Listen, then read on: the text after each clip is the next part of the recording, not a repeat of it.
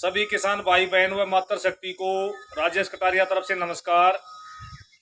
आज हम बात करेंगे भाई एक ऐसी अनमोल, किसान के लिए अनमोल रतन।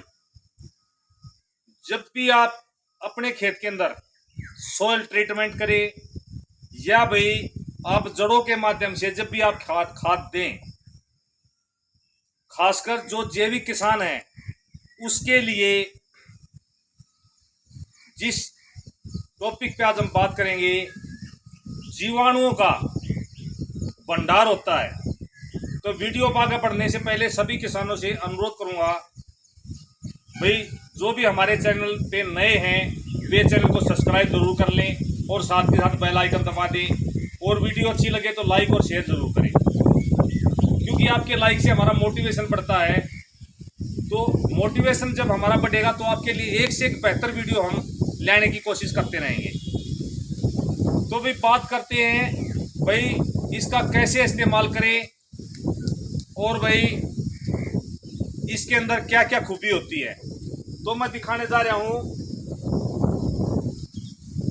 ये जो मेरे हाथ में है ये देखिए, ये हमारे बरगद, हरियाणी भाषा में बड़ बोल देते हैं, कई जगह बरगद बोलते हैं।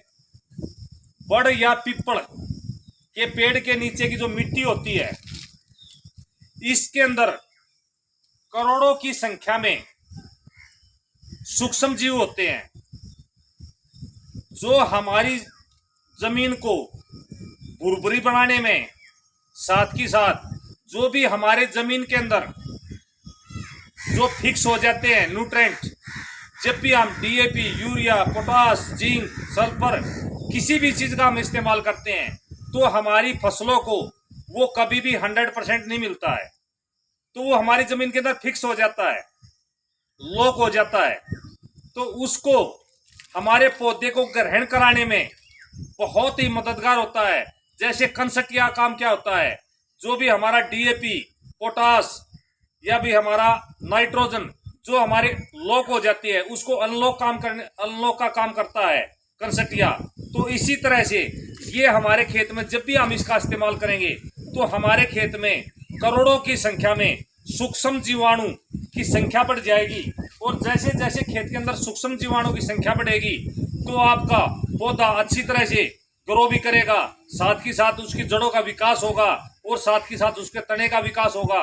और जब भी हम उसके खेत के अंदर किसी भी तरह का कोई भी जैविक प्रोडक्ट का अप्लाई करते हैं तो उसकी को रिजल्ट है, उसके रिजल्ट को ये बहुत जबरदस्त तरीके से बढ़ा देता है।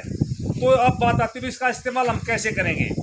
इसका इस्तेमाल आपने कैसे करना है, जब भी आप सॉइल ट्रीटमेंट करते हैं, सॉइल ट्रीटमेंट हम क्या लेते हैं भाई, अपने खेत के लिए जितना हम पॉसिबल हो सकता है 50 kg, 100 kg, 200 kg गोबर का खाद लेते हैं पुराना सड़ा हुआ, उसके अंदर हम वेस्टली कंपोजर डालते हैं, उसके अंदर हम भाई बेसन डालते हैं, उसके अंदर भाई हमें जीवामृत डाल देते हैं, उसके अंदर हम कंसटिया डाल देते हैं।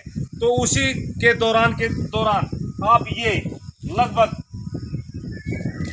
2 kg के आसपास उस गोबर के खाद में मिला लें।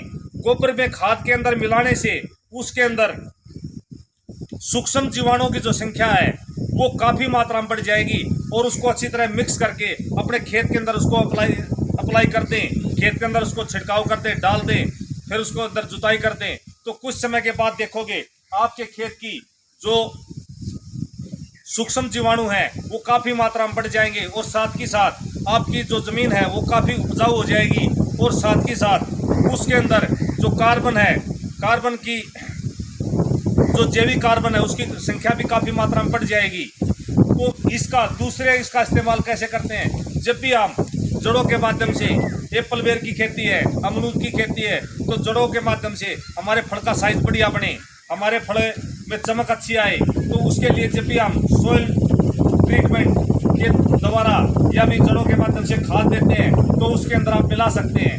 तीसरा, इसका जब भी हम जो जीवामृत बनाते हैं, जीवामृत के अंदर जब भी हम लगभग 10 kg गऊ का गोबर लेते हैं तो उसमें 10 लीटर गौमूत्र लेते हैं, 2 kg बेसन लेते हैं, तो ये हमने ये मिट्टी भी कहने में ये मिट्टी है, लेकिन सूक्ष्म जीवाणु का भंडार है।